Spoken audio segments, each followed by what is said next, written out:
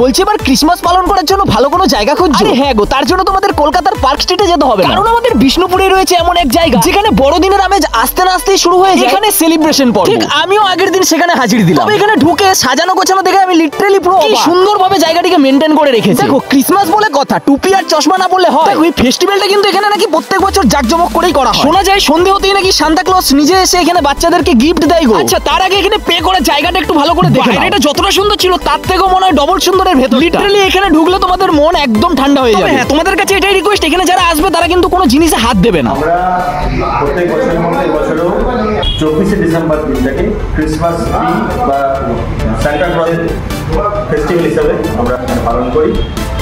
আমাদের এখানে বিষ্ণুপুরে যত খ্রিস্টান বিশ্বাসী ভাই বোনরা আছেন একসাথে আমরা এক জায়গাতে সমবেত হই। আমরা গিফট আদান প্রদান করি এবং সান্টা ক্লজও বাচ্চাদের জন্য অনেক গিফট নিয়ে আসে।